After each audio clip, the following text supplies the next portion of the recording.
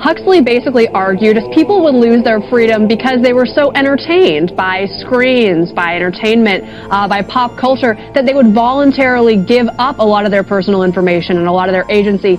There's no doubt that Orwell got everything right, I think, in my opinion, except one thing perhaps. Government, I don't think that's going to be Big Brother. I think it's going to actually be a combination of Amazon, Google, and Facebook. It's about unlimited access and power. These companies know you better than you know yourself, and they know everything you do and say in private, and they also understand how to manipulate that knowledge. Public policy could itself become the captive of a scientific, technological elite. Welcome to the show. Would you like to hear a podcast? Hello, and welcome to another episode of Our Foundations. My name is Joshua, and today's episode will be a second related to technology, the printing press, and the internet, and the comparisons between the two. This episode today will focus on some of the impacts that the printing press had, and then also relate that to the internet, obviously, as well as some worries that came up because of some of these impacts and some of the possibilities that sprung up with this new technology that started to go mainstream. The first thing I want to highlight is related to language as a whole. So in Western Europe, in the time period that the printing press became popular and widespread, there were many different dialects of the language. So even if a lot of people spoke English or French or whatever the language of the area was, there are many different dialects of each language that were very different from each other, almost as though they were their own mini languages within each language. And this did provide a barrier between communication and information between different people, and this was a bit of a problem. You had a common language, such as Latin was one that was highly used, but for example, all of your services at church were in Latin, but most of the common people couldn't understand Latin. They couldn't read it, they couldn't write it, they couldn't understand it when it was spoken. And so that, again, was a barrier. It wasn't like there was this universal language that everybody could speak, everyone could understand. That's just not the way it was. However, as the printing press came out and as it started to become more and more popular, more and more widespread, the language that was used and the way language was used and the dialects used of the more popular books and pamphlets and things like this did become a solidifier for the languages they were written in, because you had many people of many different villages, cities, towns, regions that were reading the same thing. And as this was happening, they started to mesh the different aspects of the language that they were reading with the language that they spoke and interacted with on a daily basis. And so it did help form language in a more unified sense. A lot of people say that Shakespeare had a big influence on language, as well as the King James Bible, and there are a lot of different aspects that had a similar impact on language in particular, but the printing press as a whole did definitely help to solidify that, and especially since a lot of the more intellectual things and information were in languages that people didn't understand really, especially as we're talking about the prequel to the Reformation. This is a lot of things related to theology and the church, and a lot of that, like I said, was in Latin, which the common people couldn't really understand, oftentimes at least. And so when you had something written in the common German tongue, then a lot of the more lower class peoples of the area could read that. They could understand that. If it was read to them, they knew what it was saying, and that really helped. So you had things in the common language, as well as the common language itself was helping to be more unified. And so this was a really big impact that the printing press had a big role to play in. The internet today has done some similar things. Now, while the internet has had some impact on language as a whole, that wouldn't really be where I would go with it. Although there are different words and memes and abbreviations that weren't around really before the internet, or at least weren't popular by any stretch of the imagination, that now are part of the common language. And so there is that aspect. But more than that, I would say just the language, if you view language as a way of communicating and understanding ideas, then the internet has really had a big impact on that, of how society communicates, how individuals communicate with each other within society, how people interact with the news and information just as a whole. These things have really changed. The way people get information, the way they process that information, the way that they get that information out there to other people and communicate their thoughts, their feelings, their ideas, how much they do that, how much communication. If you think of something like social media, people are posting every single thing they do. They'll post a picture of their food. They'll post a picture of their dog. They'll post a picture of their kid. And it's not just a picture. Oftentimes there's a caption. Sometimes there's a story. Sometimes it's a little tweet. Sometimes it's an Instagram feed. There are all these different modes, but people are they're communicating that information out there in this medium through the internet. This is a new thing in how people are communicating and how they're getting the information as well. Most people get a lot of their information from the internet, whether it be through social media sites or whether they are reading articles or blogs and different formats. There are many different ways, but most people are getting that through the internet. You are listening to this podcast because of the internet. That's why that is possible. And so, whereas it used to be people would read the newspaper or watch the news, and that's how they would get most of their information, and then you'd have the talk at work and that kind of stuff. Nowadays, most people get their information from the internet. So it's had this huge impact on language from that more macro view of what language is, communicating and understanding information. And this has definitely influenced society, I would say, to a very similar degree as the changes that the printing press made back in that time period, if not more. Now, there was sort of a proto-social media at this time period when the printing press started to come around and people were printing a lot of pamphlets. A lot of this was gossip, and this was stuff that people would eat up, just like they do today. Everybody wants a good, juicy story about the village, down the river that had this crazy thing happen, and there's this crazy lady, maybe she was even a witch. Oh no. And she was doing all these spells and these weird things were happening and, all kinds of stuff. It's not necessarily just the witchcraft stuff, although that was a very big impact I'll talk about in just a second. But just the fact that there are interesting things that happen to people that you wouldn't have normally heard in your everyday life because there is only a small amount of people you interact with in your village. And if you go to another village, you might hear some stories and that's about it. But if there's a really interesting story, then the printing press in one town will print it. A lot of times that pamphlet would get to other towns and then printing presses would see, hey, a lot of people are into this. I'm going to start printing this too. There was no copyright. There was no enforcement, nothing like that. And so things would spread. And so you would get these gossip pamphlets, whatever you want to call them, their version of social media, I would say. And this did exist, and people were eating that stuff up. They're very interested in it, and it was something that spread around. So it wasn't just theological debates, although that did happen with the printing press, and that's where you get the Reformation. The printing press had so much more of an impact. Now, as I mentioned, the witch hunts, that was something that was a big issue because as people got kind of hooked on this idea of witches being all around and there being heretics as well as just juicy stories and crazy stuff going around, there are pamphlets and books about how to detect a witch and how to hunt out witches and root them out in your village and how to deal with them, how to kill them, because of course you have to, and lots of things like this. It really fueled the witch hunts that were going on, and they happened at different periods of time for different lengths of time and to different degrees, but the printing press definitely played a huge role in really ramping that up, largely just through accusations and rumors and gossip and descriptions and manuals and just all these different things that were printed and distributed that people were interested in because, again, it's a juicy story. It's just like all these clickbait articles you see on your social media feeds. They get a lot of clicks because that's what they're designed to do.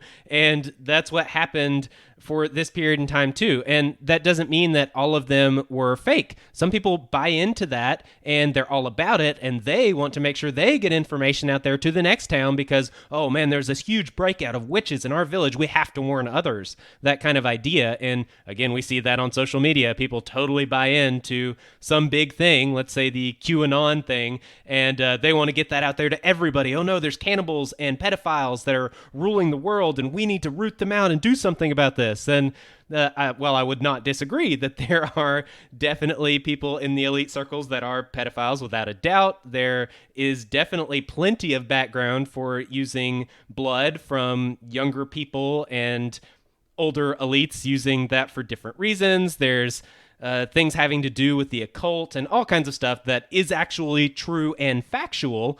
My personal view is that the QAnon thing is more of a psyop, and that would be more my view based on all the research I have done personally, but that is neither here or there and really is not very relevant here. But just the point is that people can buy into things, whether they be true or not, and then distribute that information, get it out there, and because it is so attractive and people are so entertained by it and drawn into it, it spreads like wildfire, and it can have a big impact, sometimes positive and sometimes negative. This is the idea of going viral. We know about that in today's world, where you'll have a video clip that goes viral and all of a sudden it's seen by 3 million people all around the world after it just got uploaded 10 minutes ago. And this stuff does happen. This stuff did happen then too. It wasn't millions of people within a few minutes, but relatively to the technology that they had and the culture that they had, it was the same concept of the witch hunts are a very good example that I think I've fleshed out plenty here. The idea that this story gets out there, people latch onto it, it spreads, and it went viral. It could not do that, at least not to the same degree or as efficiently or effectively, before the technology was there to make that happen and enable that even further. And that was the role that the printing press played. Now, there were also some other negative things that came with the printing press. You had things like pornography, where you had naked pictures that were printed off. You had slander. Some of these articles and gossip columns that went out, they were just slander. They weren't true. It was someone getting back at somebody else, some revenge deal. A lot of the witch hunts were fueled by this kind of thing, where you didn't like this lady over here, so you accuse her of being a witch. And that happened all the time. You also had just trashy stories. You had these things that were viewed by, let's say, more polite society and religious society as eroding the values and the morals and disrupting the true religion. And these were things that were against God. This was against the Bible. This was against the church. Therefore, this is bad. And this was a big issue that was coming up because, again, the printing press didn't just print Martin Luther's theological ideas and complaints about the church. There were so many more things that were going on there. Just like with the internet, there is so much going on there. It's not just one aspect as far as how it impacts society and influences people. There are just all these different ways. Let's use that as a segue to get into the church. There was one very innovative way that the church used the printing press, and what I am thinking here is the printing of indulgences. So the idea of an indulgence is that if you did something good for the church, if you gave money to the church, if you did some good deeds in the name of the church, then you could get this indulgence. And what that would do would be to limit your time in purgatory. And just to get a little bit of background here, the belief was that when you died, you went into this holding place, your soul was in this holding place, and before it could get into heaven, you were in this place called purgatory. And this was not necessarily a pleasant position to be in. You wanted to get to heaven. And so the idea was that if you got an indulgence or indulgences, then you can limit your time that you are in purgatory and kind of get some time off for the good deeds that you did here on earth. And these were also offered at times for dead relatives, for example, other people that you loved that were dead, and you could get an indulgence for them now that would help shave off a little bit of their time that they are currently serving in purgatory. And so this is the idea of an indulgence. Now, the way the printing press was used here is a lot like the printing press that people say is used by the Federal Reserve or central banks around the world, where they just keep printing fiat money. This was kind of what the church did in a lot of ways. They printed off all of these indulgences, and it was like money. What they would do is oftentimes collect money for these printed pieces of paper, and they use that money then to fund wars and crusades. They would fund building projects and cathedrals. They would lobby in the political field, and they would give out bribes or whatever it is they needed to do, pay themselves. The Pope would have a circus going around with him everywhere he went, and lots of different crazy things that happened. But a lot of this was funded at times through indulgences, that they could just print off as much as they wanted, and then they had as much money as they wanted. And that's often what central banks can do as well. They can create as much fiat money as possible. And at one time, a lot of this was actual cash. But now it's not. It's digital. And the internet does allow this transfer of wealth digitally. A lot of fiat money is in the digital realm, in the digital spectrum. It's not that they necessarily print off $1 million and then pass it off to one of the big banks. They just transfer some ones and zeros over the internet, and the bank then so-called has the money. And the internet has enabled the easy creation of fiat money to then use for whatever it is they want to use it for. Now, going back to more of the writing and the words that were printed on the printing press, there was plenty related to the church, and hence the connection to the Reformation here.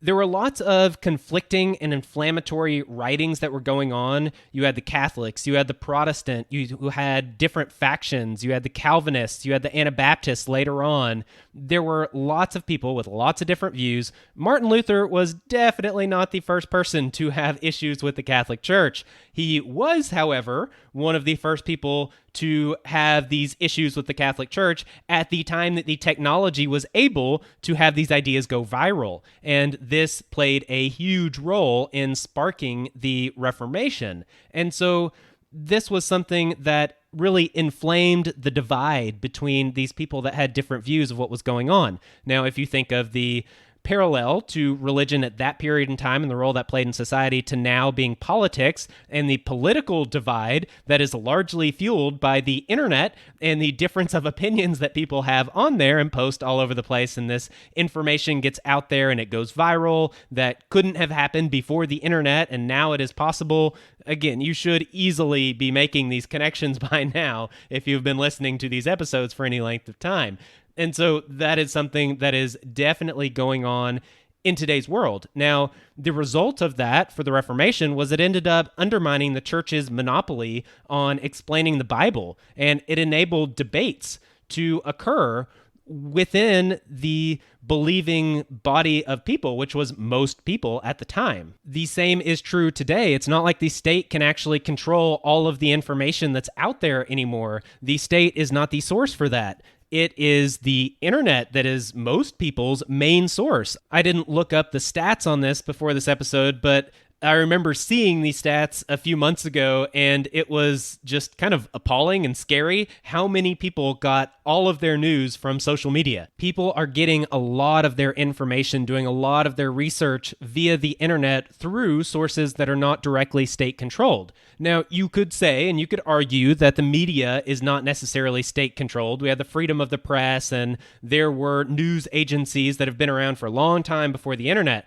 Well, maybe look at something like Operation Mockingbird, where the CIA was infiltrating different sources of news and information for the sake of state propaganda. To just read you a very quick blurb from Wikipedia, Operation Mockingbird is an alleged large-scale program of the United States Central Intelligence Agency, the CIA, that began in the early years of the Cold War and attempted to manipulate news media for propaganda purposes. It funded student and cultural organizations and magazines as front organizations.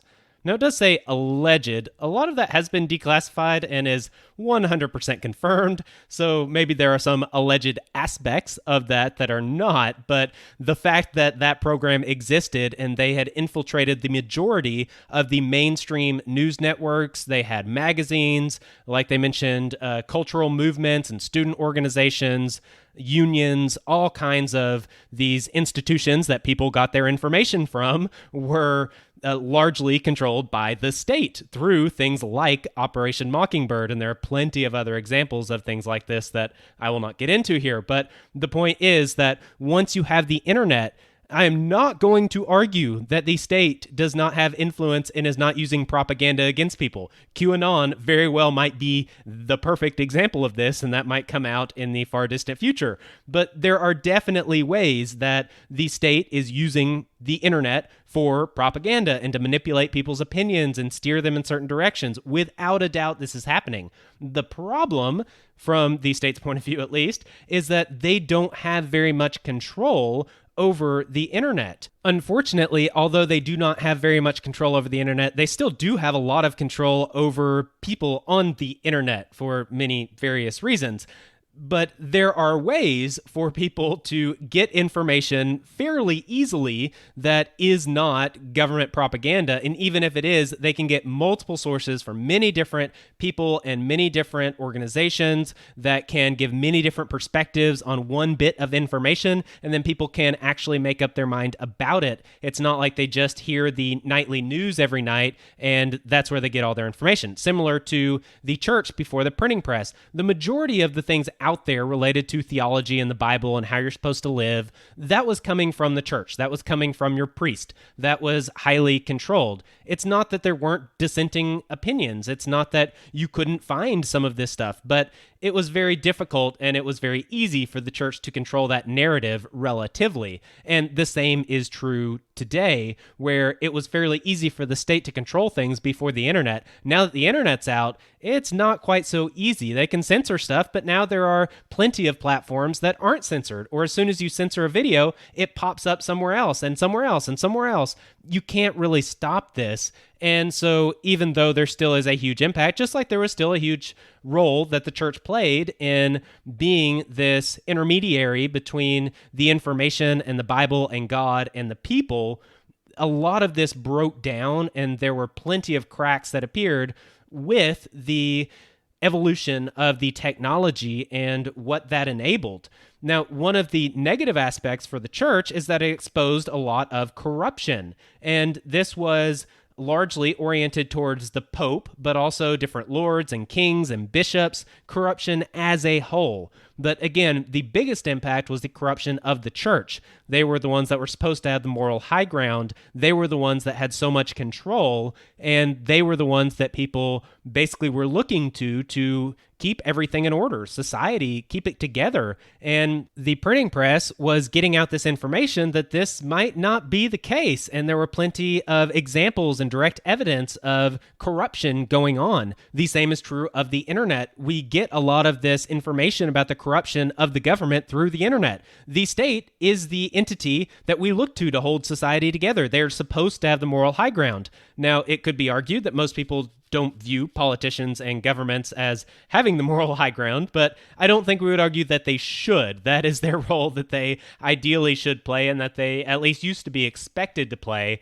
But now that we have the internet, we can get all of this information. Some of it comes directly from the government itself. A lot of the information I've talked about on this podcast, especially season 1, a lot of that came from government investigations and declassified documents straight from the government. That the only reason I could get a hold of those is because of the internet. And this definitely has a huge role to play. Now, as this was playing out in the time period of the Reformation, these were the things that led to the environment of the split from the church, the breakdown of the power of the church and the influence of the church, the rise of the kings and the nobility and all of these things. This technology and these things that I'm talking about, this is what fueled these huge societal shifts that were going on in this time period, what is one of the biggest time periods for changes in society in history, period. And the printing press had a huge role to play in that. And I would argue that the same will probably be true as we look back at our current time period and the impact that the internet had on some huge societal shifts that are probably going on as we speak. And we probably don't recognize all of them right now. But that is something to keep an eye on, all of these ways that the technology enables these things to really progress and evolve and actually change things and enable these shifts. Now, there were some worries at the time period of the printing press that people were wary of, because they were worried that there would be too much information. It would be information overload. There would be too much content. It would be hard to discern what was good. What is a good book? What is a true source of information? How are we going to figure that out? They're printing all this stuff out there. There's so many more books and papers and articles that are being printed now, and they're all over the place. How are we ever going to be able to get all of the information that we need and digest the important stuff when there's just so much? It'd be information overload.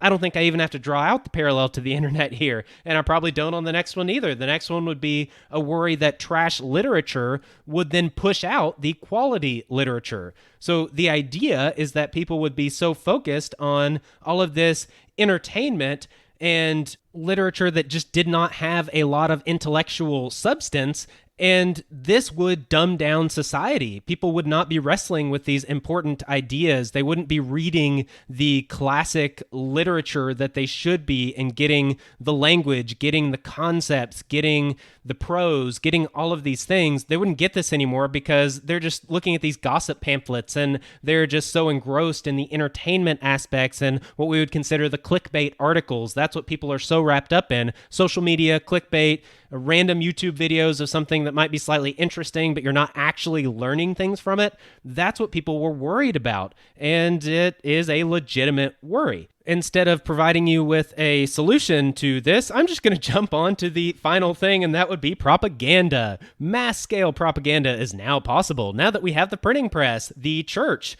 the new church, the state, everybody can use this new technology to their advantage to get ideas and concepts out there to the public, to society writ large. This enables all of these people, the state, the church, the separatists, the local power players, people that just want revenge, all of these people have a tool now that they can use to get the things that they want, to influence people on a massive scale. Propaganda at this scale is now possible because of the printing press. And I've already slightly mentioned this about the internet as well, and what this enabled and how this is used, and the dangers that we have to look out for, not only of just being overwhelmed by so much information, not only of being sucked into just the entertainment aspects and not actually getting the benefit of the information and the technology that we could, but also we have to be wary of propaganda, of false information. This is something I have ran into a whole lot as I look into things like corruption and conspiracies and things like this. It gets way out there, and the rabbit hole goes very deep, very wide, so many tunnels, and the majority of them are not worth pursuing.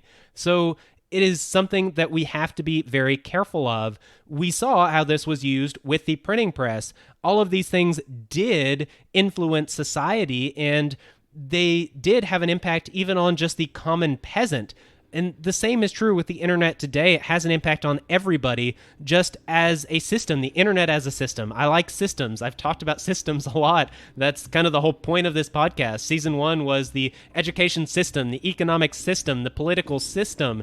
The internet operates as a system, and when you look at it from that perspective, you can see the things that this system produces. You can see the flaws in the system just as a system, not necessarily individuals that are trying to manipulate you and manipulate things about it. The system itself does have some inherent issues and does have some inherent things that you need to know and you need to look out for. This is something that is just, again, good to be wary of. I am going to wrap up here. That is the end of this topic on technology, the printing press, the internet. I am going to move on to the next topic in the next episode. I did get the batch of shirts ordered, and they just arrived today. So if you requested a t-shirt, then you will be receiving that sometime in the relatively near future. Overall, they look really good. I like them. I got a few for myself, and I will be wearing them. So hopefully you enjoy them as well. If you have not done so already, please leave a rating and a review. Also, please feel free to email me if you have any questions, any feedback, anything whatsoever. and you can follow on Twitter if you're interested in that. All of that stuff should be in the show notes. And thank you very much for listening and being a part of this podcast and being an encouragement to me as I go through all of this information, do all this research. I use this as an outlet for all these things that I'm learning and thinking about and have come across, and it really is encouraging to know that there are other people interested in this stuff and that you are getting something out of this. So just thank you for listening. Thank you for being here. I greatly appreciate it, especially those who are supporting on Patreon. Thank you very much, especially to you people. And that is it. I'm out. Peace.